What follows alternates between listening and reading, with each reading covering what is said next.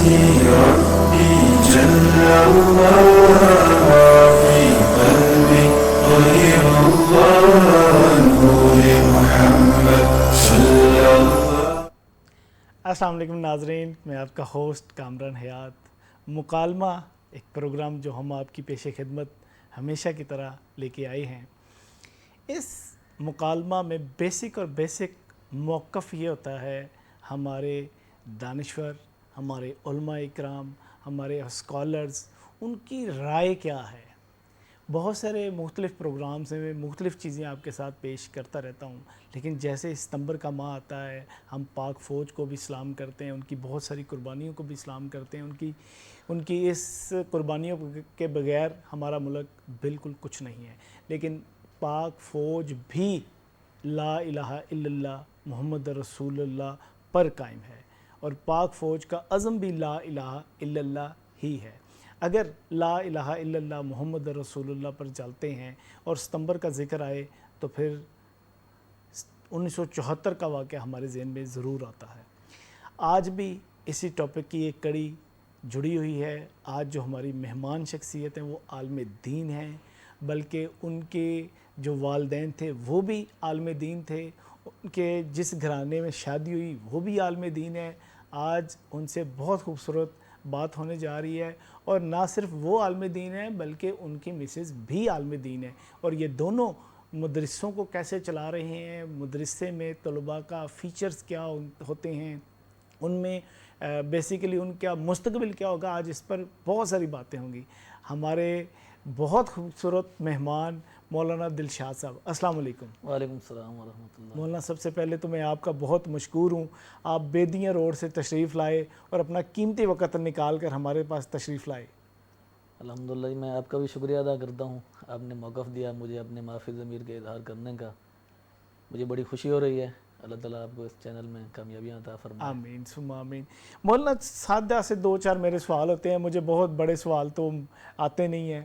سب سے پہلے مجھے یہ بتائیں، آپ عالم دین ہیں، آپ نے یہ سوچا کہ میں بیگم کے ساتھ شادی تو کرنی ہے تو عالم دین ہی تلاش کرنی یا کوئی حافظہ عالمہ تلاش پہلے ذہن میں سوچ کے رکھا ہوا تھا، یا سوچ کے رکھا ہوا تھا میں نے مدرسے پہ قبضہ کرنا ہے تو میں کوئی عالم دین کی بیٹی سے شادی کروں؟ جی ماشاءاللہ، آپ نے ایک اچھا سوال کیا ہے. بسم اللہ الرحمن الرحیم. کیونکہ میں نے خود بنیادی طور پہ عالم دین کی تعلیم حاصل کی ہے، 10 سال مدارس میں پڑھا ہوں. جی. تو پھر ایک عالم دین کی خواہش یہ بھی ہوتی ہے کہ جو میری ہونے والی زوجہ ہے وہ بھی عالمہ ہو، تاکہ دین کے کام میں وہ اپنی معاون بن سکے. حدیث پاک میں آتا ہے کہ الدنیا کلھا متاع وخیر متاع الدنیا المرأۃ الصالحہ، کہ دنیا سارا کا سارا نفع ہے، لیکن دنیا کا بہترین نفع نیک بیوی ہے. تو ایک جو نیک بیوی ہوتی ہے وہ دینی معاملات میں ایک صحیح معاون بن سکتی ہے. بالکل ٹھیک. اور یہ آپ نے سنا ہوگا کہ ایک معاشرے کی جو تشکیل ہے وہ ایک ماں کرتی ہے. یہ کہاوت بھی ہے کہ مرد پڑھا تو فرد پڑھا، عورت پڑھی تو خاندان پڑھا. تو اس نقطہ نظر سے بھی میری یہ خواہش تھی کہ میں کسی عالمہ لڑکی سے شادی کروں، تاکہ جو آنے والی نسل ہے وہ بھی ایک بہترین نسل تیار ہو، ان کی بہترین تعلیم ہو، تربیت ہو، تاکہ ایک معاشرہ جو ہے مثبت تشکیل پائے. ماشاء اللہ. تو آپ کی جو مسز ہیں وہ للبنین مدرسہ حفصہ للبنات کو چلا رہی ہیں، ایسا ہی ہے؟ اور آپ مدرسہ عمر فاروق جو ہے ان کو ہینڈل کر رہے ہیں. اس میں ٹوٹل طلباء کتنے ہیں؟ جی اس میں الحمدللہ دونوں مدارس میں بنین اور بنات میں ہمارے پاس جو ٹوٹل طلباء اور طالبات ہیں وہ 450 ہیں. ٹھیک ہے. 300 ہمارے پاس طالبات ہیں گرلز سیکشن میں. ٹھیک ہے. اور بوائز میں ہمارے پاس 150 کی فنگر ہے. ٹھیک ہے. تو اس میں 80 طلباء کرام ہمارے پاس ایسے ہیں جو وہاں مدرسے میں رہائش پذیر ہوتے ہیں. ٹھیک ہے. اور وہ انتہائی مستحق طلباء ہیں، غریب بھی ہیں، اس میں یتیم بھی ہیں، مسکین بھی ہیں. ٹھیک ہے. تو ان کی جتنا بھی ضروریات ہیں، ان کا لباس، کھانا پینا، تمام تر ضروریات تو الحمدللہ وہ ادارے کے ذریعے پوری کی جاتی ہیں، اور بہت آسان طریقے سے پوری کی جاتی ہیں. ماشاءاللہ. تو ان کا 3 ٹائم کا کھانا ہے، اور دیگر اخراجات ہیں، لاکھوں روپے ماہانہ اخراجات ہوتے ہیں. ٹھیک ہے. تو الحمدللہ اپروکسیمیٹلی کتنا ماہانہ یا سالانہ اخراجات ہیں؟ ہاں جی ماہانہ ہمارا تقریباً جو خرچ ہے اس وقت 5 لاکھ کے قریب ہے. ٹھیک ہے. صرف جو ماہانہ خرچ ہے تنخواہوں کی مد میں، ٹھیک ہے، بجلی بلز ہو گئے اور کچھ کھانے کی مد میں. ٹھیک ہے. اور گندم کا جو ہمارا خرچ ہے وہ علاوہ ہے، وہ ہمارا سالانہ جو ہے 300 من ہے. ٹھیک ہے. تو یہ ماہانہ اگر 5 لاکھ ہے تو اس کا مطلب یہ ہے کہ ہمارا جو سالانہ خرچ ہے وہ 60 لاکھ ہے. ٹھیک ہے. اور جو تعمیری اخراجات ہیں یا دیگر ضروریات ہوتی ہیں وہ اس کے علاوہ ہوتی ہیں۔ ٹھیک آپ کو کتنا عرصہ ہو گیا ہے؟ کیونکہ اس سے پہلے تو مجھے پتہ ہے، میرے علم میں ہے کہ آپ کے سسر جو تھے اس مدرسے کو ہینڈل کر رہے تھے، چلا رہے تھے، ابھی آپ کو کتنا عرصہ ہو گیا؟ ہاں جی الحمدللہ، ویسے اس مدرسے میں مجھے 9 سال مکمل ہو رہے ہیں، ماشاءاللہ۔ جامعہ عمر فاروق اعظم اور حفصہ للبنات میں میری یہاں پر جو تعیناتی ہوئی تھی بطور ٹیچر، بطور استاد۔ ٹھیک ہے۔ میں نے ابتدا میں درجہ ناظرہ کو بھی پڑھایا ہے، ٹھیک ہے۔ حفظ کو بھی پڑھایا ہے، ٹھیک ہے۔ لیکن تھوڑے ہی عرصے میں میرے سسر محترم تھے قاری عبداللطیف صدیقی رحمۃ اللہ علیہ، انہوں نے بڑا کام کیا ہے، تو انہوں نے تھوڑے ہی عرصے میں مجھے اس ادارے کی نظامت دے دی۔ ٹھیک ہے۔ لیکن ان کے بعد بطور ناظم میں نے 6 سال کام کیا، تو 26 نومبر 2020 میں اچانک قاری عبداللطیف صدیقی رحمۃ اللہ علیہ کی وفات ہو گئی۔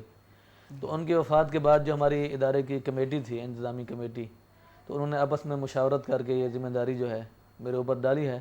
تو اب 3 سال مکمل ہونے کو ہیں، یہ 26 نومبر 2023 میں مجھے 3 سال ہو گئے ہیں ٹھیک ہے۔ بطور محتمم اس ادارے کی ذمہ داری کو سنبھالے ہوئے۔ جب مولانا لطیف صاحب تھے، عبداللطیف صاحب، تب کتنی ریشو تھی آپ کے اسٹوڈنٹس کی اور آج کتنی ہے؟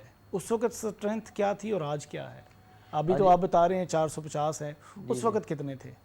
ہاں جی، اس وقت ہمارے پاس تقریباً 350 کے قریب ٹھیک ہے۔ اسٹوڈنٹ موجود تھے، ٹھیک ہے۔ اور کافی معیاری تعلیم انہوں نے ماشاءاللہ اس علاقے میں بڑا کام کیا ہے۔ ٹھیک ہے۔ 25 سال کا عرصہ انہوں نے اس علاقے میں لگایا ہے اور ایک بہت بڑا ادارہ تعمیر کیا ہے۔ کبھی آپ تشریف لائیں، اس کو دیکھیں گے تو آپ کا دل خوش ہوگا، ان کی محنت کا یہ منہ بولتا ثبوت ہے۔ ماشاءاللہ۔ تو الحمدللہ پہلی تو ہم نے کوشش یہ کی ہے ان کی وفات کے بعد کہ جو ہمارے شعبہ جات جاری تھے، جن میں تعلیم ہم دے رہے تھے، ان کو ہم ختم نہ کریں، ٹھیک ہے۔ کیونکہ اتنا بڑے ادارے کو جب بڑی شخصیت چلی جائے اس کے بعد سنبھالنا مشکل ہوتا ہے۔ تو الحمدللہ ہم نے اللہ تعالیٰ کے فضل و کرم سے کوشش کر کے اس کو سنبھالا دیا ہے، اس کو گرنے نہیں دیا۔ جو شعبہ جات چل رہے تھے ان کو بھی مضبوط کیا ہے، مزید بھی ہم نے آگے تعلیم و ترقی کے لیے، تربیت کے لیے مزید اقدامات کیے ہیں۔ ٹھیک ہے۔ تو ہماری تعداد بھی بڑی ہے اور ہم نے نظام کے اندر بھی کچھ تبدیلیاں کی ہیں، کیونکہ تبدیلی ممکن ہے، انسان کے بنائے ہوئے نظام میں، قواعد و ضوابط میں یہ تبدیلیاں ہوتی رہتی ہیں۔ بالکل ٹھیک ہے۔ تو ہم نے مثبت تبدیلیاں کر کے الحمدللہ تعلیمی نظام کو مضبوط بہت کیا۔ سارے مدرسے قائم ہیں پاکستان میں، بلکہ پوری دنیا میں مدارس قائم ہیں۔ میرا ایک آجزانہ سا سوال ہے، مدرسے کے بچے جب فارغ ہوتے ہیں تو ان کا مستقبل کیا ہے؟ کیا صرف کالا کالا رسول اللہ کے احکامات پر ہی ساری زندگی صفوں پہ لگا دینا، یا ان میں سے کوئی آپ کے ذہن میں پہلے ہی ان کی ذہن سازی کرتے ہیں مدارس سے نکل کے؟ اب ایک بچہ اسکول جاتا ہے، اسکول سے کالج جاتا ہے، کالج سے یونیورسٹی جاتا ہے، تو وہاں ایک ذہن سازی، ایک وہاں ان کو ذہن ملتا ہے کہ آپ یہاں سے کامیابی کی سیڑھی پر چڑھ سکتے ہیں، یہ دنیا ایک معاش ہے اور اس معاش کو کمانے کا حق بھی حاصل ہے۔ تو یہاں سٹوڈنٹس ہمارے جو طلبہ ہیں وہ زمانے سے پیچھے کیوں ہیں؟ جی الحمدللہ، بہت ہی آپ نے قیمتی اور اہم سوال کیا ہے، جس سے اکثر ہمارے اہل مدارس میں یہ کہوں گا شکوہ ہے کہ وہ اس کی طرف نہیں آ رہے۔ ہمیں آنا چاہیے۔ اصل میں کامران بھائی بات یہ ہے کہ پہلے مدرسہ اور کالج سکول ایک ہی جگہ تھی، ٹھیک ہے، یہ مسٹر اور ملا کی تفریق ہی نہیں تھی۔ بالکل ٹھیک ہے۔ تو ہمارا جہاں ایک مدرسہ ہوتا تھا وہاں عالم بھی پیدا ہوتا تھا، مفتی بھی پیدا ہوتا تھا، محدث بھی پیدا ہوتا تھا، وہاں سے ڈاکٹر بھی ہوتا تھا، انجینئر بھی، وکیل بھی، تو تمام چیزیں ایک ہی چھت تلے ان کو تعلیم دی جاتی تھی۔ ٹھیک ہے۔ تو بعد میں جب برِ صغیر میں انگریز آیا، اس نے یہ تفریق پیدا کر دی مسٹر اور مولوی کی، ٹھیک ہے۔ اور اس تفریق نے ہمیں بڑا نقصان بھی دیا ہے۔ ٹھیک ہے۔ تو ہر کسی کا ایک اپنا نقطہ نظر ہے۔ ہمارا جو ادارہ ہے جامعہ سیدنا عمر فاروق اعظم اور جامعہ حفصہ للبنات، تو ہمارا الحمدللہ ایک واضح پلان بھی ہے، ایک واضح ہمارا طریقہ کار اور نظم و ضبط ہے، اور ہم وہ ذہن اپنے طلباء کو بھی دیتے ہیں۔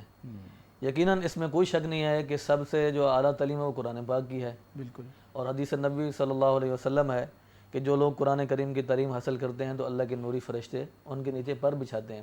تو اس میں کوئی شک نہیں ہے، قرآن مجید کے فضائل و مناقب میں وہ ہمارے ایمان کا حصہ ہے، اور سب سے دنیا میں وہ اعلیٰ تعلیم ہے۔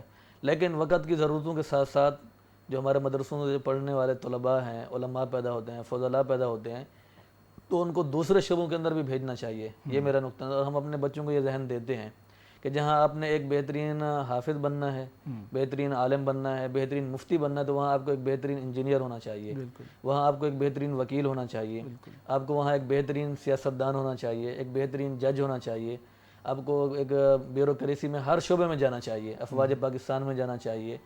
تو جتنا بھی شعبے یہ ہمارے ہیں، تو اس میں ہمیں جہاں جہاں اللہ تعالیٰ نے جس طرح کی صلاحیت دی ہے اس طرح کا کام کرنا چاہیے۔ اب ہر سال ہمارے ہزاروں علماء فارغ ہوتے ہیں، تو ہزاروں مساجد تو تعمیر نہیں ہوتی، اور نہ ہی صرف دین کا کام اسی میں ہی منحصر ہے کہ آپ صرف ایک جگہ پہ بیٹھ جائیں. تو دین کا کام بڑی وسعت والا کام ہے. آپ کسی بھی شعبے میں جا کے دین کا کام کر سکتے ہیں. آپ اداروں میں جائیں گے, آپ شعبوں میں جائیں گے تو وہاں پر جو ہے ایمانداری آئے گی, دیانتداری آئے گی. اب ہم دونوں روتے ہیں کہ پاکستان میں کرپشن ہے, جو ہے بد امنی ہے, دیانتداری نہیں ہے, خیانت کا بازار گرم ہے, تو اس میں بھی ہم شریک ہیں. ہم افراد کیوں تیار نہیں کرتے؟ ہم اگر افراد تیار کر کے بھیجیں تو انشاءاللہ بہت تھوڑے عرصے میں انقلاب آ جائے گا. آپ کے خیال میں علماء کو مختلف ان نشستوں پر ہونا چاہیے جہاں یونیورسٹی کے طلباء موجود ہیں؟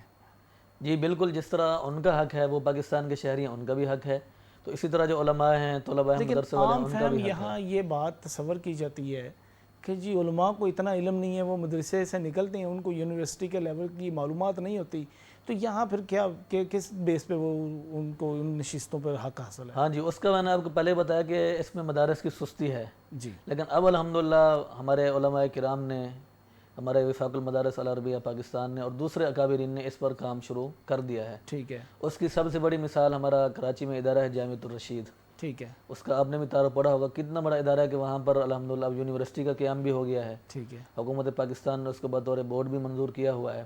تو وہاں دینی تعلیم بھی دی جا رہی ہے, دنیاوی تعلیم اعلیٰ ترین دی جا رہی ہے. وہاں سکالر بھی پیدا ہو رہے ہیں, وکلاء بھی پیدا ہو رہے ہیں, اور ان کے پڑھے ہوئے افواج پاکستان میں بھی جا رہے ہیں.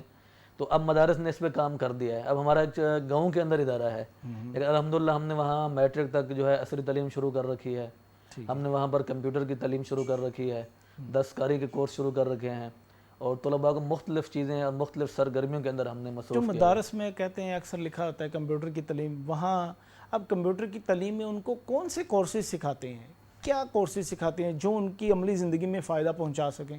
ہاں جی, ان کو ہم مختلف, جس طرح بیسیکلی ان پیج ہے, کمپوزنگ ہے, ورڈ, آفس, اور اسی طرح ان کو کمپیوٹر چلانا, اور اسی طرح اس کی مہارت, انٹرنیٹ ہے, بیسک پروگرام, سوشل میڈیا ہے, ٹھیک ہے, اس کی ہم تربیت دیں. کیونکہ سوشل میڈیا کا دور ہے, آپ بھی سمجھتے ہیں, ٹھیک ہے, جو چیز میڈیا پہ آ گئی وہی ہائی لائٹ ہوتی ہے. ٹھیک ہے. تو اس سے بھی ہم ان کو سمجھاتے ہیں کہ میڈیا کا دور ہے, کس طریقے پہ ہم اس کے لیے باقاعدہ آئی ٹی کے انسٹرکٹر رکھے ہوئے ہیں یا آپ خود پڑھاتے ہیں؟ نہیں, اس کے لیے ہم نے باقاعدہ ٹیچر علیحدہ رکھے ہوئے ہیں, ٹھیک جو آگے ان بچوں کو سکھاتے ہیں ان کی تعلیم. اچھا مولانا, جیسے آپ کو پتہ ہے ماہ ستمبر چل رہا ہے, تو ستمبر میں آپ کو پتہ ہے 1974 میں جو واقعہ پیش آیا, اس حوالے سے مختلف پورے ملک میں کانفرنسز جاری ہیں. ختم نبوت ہر مسلمان کا پہرا دینا لازم ہے کہ ختم نبوت پر پہرا دے. یہاں علماء کا بیسک کردار کیا ہے؟ یہ بہت اچھا سوال کیا ہے. الحمدللہ یہ ستمبر کا مہینہ مسلمانوں کے لیے بڑا خوشی کا مہینہ ہے. جی اور بالخصوص اس ستمبر کی 6 تاریخ اور 7 تاریخ. یہ دیکھیں, ہمارا جو ملک ہے اس کی 2 قسم کی سرحدیں ہیں. میں اس بات کو تھوڑا سا, ٹھیک ہے, آپ کی اجازت سے طویل کر رہا ہوں. جی. ہمارے ملک کی 2 قسم کی سرحدیں ہیں. ایک اس کی جغرافیائی سرحدیں ہیں, جی, اور اس ملک کی نظریاتی سرحدیں ہیں, جس کو ہم دین اسلام کہتے ہیں. تو یہ جو ستمبر کا مہینہ ہے, اس کو قدرت کا اتفاق کہیں, جی, اور مسلمانوں کے لیے انعام ہے کہ اسی مہینے کے اندر مسلمانوں کا جو ملک, ہمارا جو ملک ہے پیارا وطن پاکستان, جی, اس کی جغرافیائی سرحدوں کے تحفظ کا دن بھی 6 ستمبر ہے. ٹھیک ہے, اور اس سے اگلا دن جو 7 ستمبر کا دن ہے, وہ اس ملک کی نظریاتی سرحدوں کے تحفظ کا دن ہے. ٹھیک ہے, اور اسی نظریاتی بنیاد پر ہی یہ ملک لا الہ الا اللہ کے نعرے پر ہی حاصل کیا گیا تھا. ٹھیک ہے, تو اس کا مطلب یہ ہے کہ یہ ملک لا الہ الا اللہ پر ہی قائم رہ سکتا ہے. بالکل تو ٹھیک ہے. 6 ستمبر آپ کے سامنے ہے کہ 1965 میں ہماری افواج پاکستان نے جو ایک قربانیوں کی تاریخ رقم کر کے اپنی جانوں کے نذرانے پیش کیے, اور ملک کی جو جغرافیائی سرحدیں ہیں ان کا تحفظ کیا. بالکل ٹھیک اور ہے. بہت خوب تحفظ کیا. تو میں آپ کے پروگرام کی وساطت سے افواج پاکستان کے شہداء کو, ان کے غازیوں کو, ان کے مجاہدین کو دل کی عطا گہرائیوں سے خراج تحسین پیش کرتا ہوں. اور یہ ہماری افواج پاکستان جو ہے کمی بیشی ہر جگہ ہوتی ہے, لیکن یہ ہمارے لیے اللہ کی نعمت ہے. بے شک. یہ اگر رات کو میں اور آپ سکون کی نیند سوتے ہیں تو فوج کی وجہ سے سوتے ہیں. جب ہم رات کو گہری نیند سوئے ہوتے ہیں تو وہ کسی بارڈر پہ پہرا دے رہے ہوتے ہیں. تو یہ ہمارے محسن ہیں, اور اللہ کے نبی نے ویسے بھی فرمایا کہ بارڈر پر پہرا دینے والی آنکھ جنتی ہے. تو یہ جنتی لوگ ہیں. اور دوسرا 7 ستمبر, تو یہ بھی ہمارے لیے عید سے کم نہیں ہے خوشی کا دن, کہ 7 ستمبر 1974 کو فتنہ قادیانیت کو غیر مسلم اقلیت قرار دیا گیا. لیکن اس کا تھوڑا سا پس منظر یہ ہے کہ 29 مئی کو نشتر میڈیکل کالج کے کچھ اسٹوڈنٹس وہ پشاور کی سیر و تفریح کے لیے جا رہے تھے. تو جیسے ہی وہ ربوہ جو اب چناب نگر ہے وہاں پہنچے, تو وہاں پر قادیانیوں نے, ان کے گنڈوں نے جو ہے اپنا لٹریچر جو گستاخی پر مبنی تھا, اس کو تقسیم کرنا شروع کیا. جب وہ مسلمان طلباء کے پاس آیا تو ان میں ظاہری بات ہے کہ عقیدہ ختم نبوت جس طرح آپ نے کہا کہ میرا اور آپ کا ایمان ہے اور ہر مسلمان اس کا تحفظ فرض عین سمجھتا ہے. تو جب مسلمان کے سامنے عقیدہ ختم نبوت کی بات آتی ہے تو وہ سب کچھ برداشت کر سکتا ہے لیکن ختم نبوت پر حملہ برداشت نہیں کرتا. تو ہمارے طلباء کے سامنے جب یہ بات آئی تو ظاہری بات ہے ان میں اشتعال کا پیدا ہونا. تو انہوں نے ختم نبوت زندہ باد کے نعرے لگائے, نعرے بازی کی, اور ان کا جو لٹریچر تھا وہ بھی نہیں لیا. تو وہ آگے چلے گئے. جب واپس آ رہے تھے تو قادیانیوں نے پلاننگ کے ساتھ ان کو روکا جناب نگر اسٹیشن پہ, اور پھر اپنے 200-300 گنڈوں کے ساتھ ان پہ حملہ کر دیا. بڑا ان پر تشدد کیا, شدید ان کو زخمی کیا. تو تھوڑی کیونکہ جدید دور نہیں تھا تو کچھ دیر کے بعد پاکستان میں یہ خبر پھیلی, لوگوں کو پتہ چلا کہ اس طرح جو ہمارے مسلمان طلباء ہیں ان پر قادیانیوں نے حملہ کیا ہے. تو اس کے نتیجے میں پھر ایک تحریک نے زور پکڑا. تو اس تحریک کی جو اسمبلی سے باہر قیادت کر رہے تھے حضرت مولانا سید محمد یوسف بنوری رحمۃ اللہ علیہ, وہ کر رہے تھے, ان کے ساتھ دوسرے اکابرین تھے. تو انہوں نے اس تحریک کے اندر پوری قوت اور جان ڈال دی کہ اب وہ فیصلہ سمجھ لیں کہ اس واقعے کے بعد ایک فیصلہ کن تحریک شروع ہوئی. تو اس کے نتیجے میں جب تحریک نے زور پکڑا تو اس وقت پاکستان کے وزیر اعظم ذوالفقار علی بھٹو مرحوم رحمۃ اللہ علیہ, تو اس نے کہا کہ بھی اس معاملے کو پارلیمنٹ میں لے کے جاتے ہیں.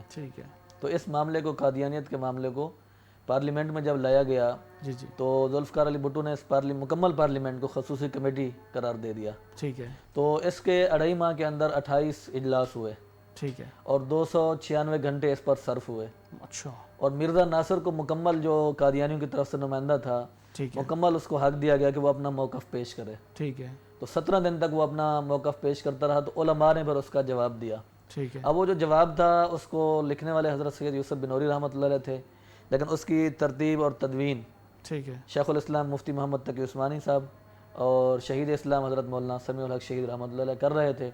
تو آگے اس کا جو جواب دیا وہ مفکر اسلام حضرت مولانا مفتی محمود رحمۃ اللہ علیہ نے قومی اسمبلی میں اس کا جواب دیا. تو بالآخر 7 ستمبر 1974 کو پاکستان کی قومی اسمبلی اس نتیجے پہ پہنچی کہ قادیانیوں کو غیر مسلم اقلیت قرار دیا جائے. تو ان کو قرار دیا گیا. تو مسلمان اس لیے ستمبر کے اندر اظہار تشکر کے طور پر بھی جو ہے ختم نبوت کی کانفرنسز بہت زیادہ کرتے ہیں کیونکہ ایک فضا بنی ہوئی ہوتی ہے. اور ویسے بھی عموماً الحمدللہ دوسرے مہینوں کے اندر بھی ہم غافل نہیں رہتے. نہیں, اکثر میں تو بلکہ یہاں یہ سوال بلکہ کرنے والا تھا کہ یہ جو علماء ہیں, مدارس ہیں, مساجد ہیں, یہاں پہ ستمبر میں ہی صرف ختم نبوت کانفرنس نظر آتی ہیں. اکا دکا شاید کوئی نظر آ جائے لیکن زیادہ تر ماحول ستمبر میں ہی ہے. کیا پورا سال ختم نبوت زندہ باد نہیں ہونا چاہیے؟ نہیں بالکل جی, یہ تو ایک ایسا مشن ہے, ایک ایسا کاز ہے, ایسا نظریہ ہے کہ اس سے ہم ایک لمحہ بھی غافل نہیں ہو سکتے. تو صرف یہ آپ کا اہم سوال ہے اور ہم سب کے لیے ایک سبق کا باعث بھی ہے کہ صرف ہم ایک ہی مہینے میں بیٹھ جائیں, ختم نبوت زندہ باد کے نعرے لگا لیں, ختم نبوت کی فضا بنا لیں اور پورا سال ہم دشمن کے لیے, ختم نبوت کے گستاخوں کے لیے میدان کھلا چھوڑ دیں. تو یہ بھی جو ہے ختم نبوت کی خدمت نہیں ہے. اس سے بہت بڑے نقصان کا اندیشہ ہے. یہ ختم نبوت کا جو مشن ہے یہ بیداری کا متقاضی ہے اور ہمیں پورا سال اور سال کا ہر لمحہ ہر گھڑی بیدار رہنا چاہیے اور اپنی نئی نسل کو خاص طور پہ ہمیں فتنہ قادیانیت سے, ارتداد کے فتنے سے بچانا ہوگا. بالکل ٹھیک ہے. اچھا, یہاں کیونکہ آپ صلی اللہ علیہ وسلم کی میں ایک حدیث کا مفہوم پیش کرتا چلوں, یہ زمانہ تلوار کا زمانہ نہیں ہے. یہ زمانہ بلکہ اب تو بولنے والا بھی زمانہ نہیں رہ گیا بلکہ صرف دل کے محسوس کرنے والا زمانہ شاید آ چکا ہے کہ برائی کو ایک وقت آئے گا کہ صرف برائی کو محسوس کیا جائے گا کہ یہ برائی ہے. آج آپ کے نزدیک یہ قلم کا دور ہے, زبان کا دور ہے. یہاں ختم نبوت کے تحفظ کے لیے اگر بروز قیامت آپ سے, میرے سے, آپ صلی اللہ علیہ وسلم نے فرما دیا کہ تم نے کیا تحفظ کیا تھا, تو آپ یا میں کیا جواب دے ہوں گے؟ جی ماشاءاللہ, اچھا سوال کیا. حدیث پاک بھی آپ نے ماشاءاللہ بہت اچھی سنائی, ایمان تازہ ہو گیا. وہ حدیث نبوی صلی اللہ علیہ وسلم ہے کہ جب تم کسی برائی کو دیکھو تو اس کو روکنے کے 3 درجے ہیں. جی فرمایا کہ سب سے پہلا درجہ جس طرح آپ نے فرمایا کہ تلوار کے ساتھ یعنی طاقت کے ساتھ اس کو روکو, اور فرمایا کہ یہ ایمان کا سب سے اعلیٰ ترین درجہ ہے. دوسرے نمبر پہ فرمایا کہ اگر تم طاقت کے ساتھ نہیں روک سکتے تو پھر زبان کے ساتھ, قلم کے ساتھ, ان چیزوں کے ساتھ آپ ان کو روکیں. یہ ایمان کا درمیانہ درجہ اللہ کے نبی نے اس کو قرار دیا. اور تیسرا درجہ یہ کہ اگر آپ طاقت کے ساتھ بھی نہیں روک سکتے, زبان کے ساتھ بھی برائی کو برا نہیں کہہ سکتے, تو پھر یہ ہے کہ کم از کم اس کو دل کے اندر برا سمجھیں. اور اللہ کے نبی نے فرمایا کہ وَذَلِكَ أَضْعَفُ الْإِيمَانِ, یہ ایمان کا ادنا ترین درجہ ہے. بالکل اس کے نیچے کوئی اور درجہ نہیں ہے. اگر کوئی برائی کو دل میں ہی برا نہیں سمجھتا بالکل ٹھیک تو ہے. وہ سمجھ لے کہ اس کا ایمان پھر کامل نہیں ہے. تو اب یہ طاقت کی بات ہے, یہ تو میں سمجھتا ہوں کہ ارباب اقتدار کی ذمہ داری ہے ٹھیک ہے. کہ برائی کو کنٹرول کرنا بذریعہ طاقت, کیونکہ امن و امان بھی اسی میں پوشیدہ ہے بالکل کہ ٹھیک جو ارباب اقتدار ہیں ان کی ذمہ داری ہے کہ وہ برائی کا خاتمہ کرے. ہمارا ملک بنا ہی اسلام کے نام پر ہے. ٹھیک ہے. تو اب جو دوسری بات ہے تو اس میں یہ ہے کہ بولنا بھی ہے اور لکھنا بھی ہے. تو آج کل جو میں سمجھتا ہوں وہ دور میڈیا کا ہے, صحافت کا دور ہے, بولنے کا دور ہے. جی جی. جن لوگوں کو جس طرح آپ جیسے لوگ ہیں اللہ نے آپ کو فن دیا ہے تو ماشاءاللہ یہ میں سمجھتا ہوں کہ یہ اسی سلسلے کی کڑی ہے کہ آج آپ نے مجھے یہاں بلایا اور ختم نبوت کے عنوان سے آپ گفتگو کر رہے ہیں. تو یہ وہ عمل ہے جو قبولیت والا عمل ہے. ٹھیک ہے. اس کے اندر ریاکاری کا کوئی شبہ ہی نہیں ہے. ٹھیک ہے. تو الحمدللہ آپ بھی ادا کر رہے ہیں, لیکن میں دوسرے جو ہمارے بھائی ہیں, صحافی ہیں, یا ان کو اللہ نے بولنے کا فن دیا, ان کے لیے میں یہ پیغام دوں گا کہ وہ بھی آگے بڑھیں. جہاں وہ اپنی صلاحیتوں کو دوسری نیوز کے لیے, دوسری سرگرمیوں کے لیے صرف کر رہے ہیں تو ان کو آگے آنا چاہیے, وہ اس موضوع پر بھی کام کریں. بالکل. اور اسی طرح ایک اہم اسٹیج جو ہے وہ علماء کے پاس ہے. اب دیکھیں علماء کی بات کو لوگ سنتے ہیں لیکن ہمیں سنانے کا طریقہ ہونا چاہیے. بالکل ٹھیک ہے. اب ہر جمعہ پہ ایک عالم دین اپنی مسجد میں بیان کرتا ہے تو زیادہ نہیں, کم از کم 200-300 افراد اس کے پاس آتے ہیں. ٹھیک ہے. اور پاکستان میں ہزاروں مساجد ہیں تو اس کو اگر آپ تعداد کو شمار کریں گے تو لاکھوں میں جا کے بنے گی. بالکل ایسا ہی ہے. تو اگر ہم اس ممبر کے ذریعے مثبت کردار ادا کریں کہ مہینے میں ہم ایک جمعۃ المبارک جو ہے صرف ختم نبوت صلی اللہ علیہ وسلم کے لیے مختص کر دیں جی جی. تو اس سے انشاءاللہ عوام کے اندر بہت بڑا شعور پیدا ہوگا. اور جو ہمارے کچھ مسلمان ایسے ہیں جن کو اس فتنہ قادیانیت کا پتہ نہیں ہے تو ان کو بھی آگاہی ہوگی اور ان کا ایمان کا بھی تحفظ ہوگا اور وہ مرتد ہونے سے بھی بچ جائیں گے. بالکل ٹھیک ہے. آخری اور میرا بالکل لاسٹ پہ کہ 7 ستمبر کے حوالے سے 24 ستمبر کو یہ کانفرنس ہونے جا رہی ہے, انٹرنیشنل ختم نبوت کانفرنس, اور 7 ستمبر کے حوالے سے ہی ہے. یہاں پہ ان کے لیے آپ کیا میسج دیں گے؟ یہ کہاں پہ ہو رہی ہے جی؟ ایوان اقبال میں. ماشاءاللہ 24 ستمبر. 24 ستمبر. ہاں جی ماشاءاللہ, میں یہی کہوں گا کہ یہ بہت بڑا قدم ہے. اس پروگرام کے منتظمین بالخصوص مولانا رفیق وجوی صاحب, ان کو میں دل کی عطا گہرائیوں سے مبارکباد پیش کرتا ہوں اور میں ان کے کام کا زمانہ طالب علمی سے واقف ہوں. ٹھیک ہے. وہ ایک تحریکی شخصیت ہیں, ایک تحریک کا نام ہے. ٹھیک ہے. اور الحمدللہ شبانہ روز وہ ختم نبوت کے لیے, اس کاز کے لیے, اس مشن کے لیے دیوانہ وار محنت کر رہے ہیں. تو ان کے لیے تو یہ ہے کہ اللہ تعالیٰ ان کو جزائے خیر بھی عطا فرمائے اور اللہ تعالیٰ مزید ان کو ہمت دے. لیکن یہاں میں آپ کے پروگرام کی وساطت سے عوام الناس کو بھی پیغام دینا چاہوں گا کہ ہمارے علماء تو دیکھیں محنت کر کے آپ کے لیے پروگرام سجا رہے ہیں, لیکن عوام الناس کے اور ہر طبقے کو میں دعوت دوں گا کہ وہ اس پروگرام میں شرکت کر کے اس کو بھرپور انداز میں کامیاب بنائیں. یہ شمع رسالت کے پروانوں کا پروگرام ہے, ختم نبوت صلی اللہ علیہ وسلم کے دیوانوں کا پروگرام ہے. تو اس پروگرام میں آنا بھی ہماری شفاعت کا ذریعہ ہوگا. حضرت مولانا سید انور شاہ کشمیری رحمۃ اللہ علیہ بہت بڑے محدث کبیر ان کو کہا جاتا ہے, علم کے سمندر تھے, حدیث رسول پڑھائی, بہت بڑی ان کی دینی خدمات ہیں. لیکن وہ فرماتے ہیں کہ باقی خدمات کو چھوڑیں, لیکن مجھے جس نیکی کے ذریعے اپنی بخشش کی امید ہے وہ ختم نبوت صلی اللہ علیہ وسلم کا کام ہے. اس کام کی وجہ سے میں یقین سے کہہ سکتا ہوں کہ اللہ تعالیٰ میری بخشش فرمائیں گے. تو یہ ختم نبوت کا کام جنت کا سرٹیفکیٹ ہے, بخشش کا ذریعہ ہے, ہم سب کے لیے نجات کا ذریعہ ہے. تو ہمیں آپ صلی اللہ علیہ وسلم کی ناموس پر, آپ کی ختم نبوت پر ہمیں پہرے داری دینی چاہیے. تو اس میں ہر طرح کے پروگراموں میں ہمیں اپنے وقت کی, مال کی, جان کی قربانی دینی چاہیے. اسی میں ہماری کامیابی ہے. بے شک بے شک. بہت شکریہ, آپ سے بات کر کے بہت خوشی ہوئی. ناظرین, ختم نبوت کا کاز جنت کا ذریعہ ہے. میں اور آپ صرف اس بات پر یقین دہانی کر لیں اور اس بات کو صرف سوچیں کہ بروز قیامت اگر آپ صلی اللہ علیہ وسلم نے سوال کر دیا کہ میری ختم نبوت پر کیا تم نے تحفظ کے لیے کچھ کیا تھا, تو میں یا آپ کیا جواب دے ہوں گے. اسی کے ساتھ مجھے اجازت دیں. انشاءاللہ کل آپ سے نئے مہمان کے ساتھ, نئے پروگرام کے ساتھ اور نئے سوالوں کے ساتھ ملاقات ہوگی. تب تک کے لیے اجازت دیں. السلام علیکم.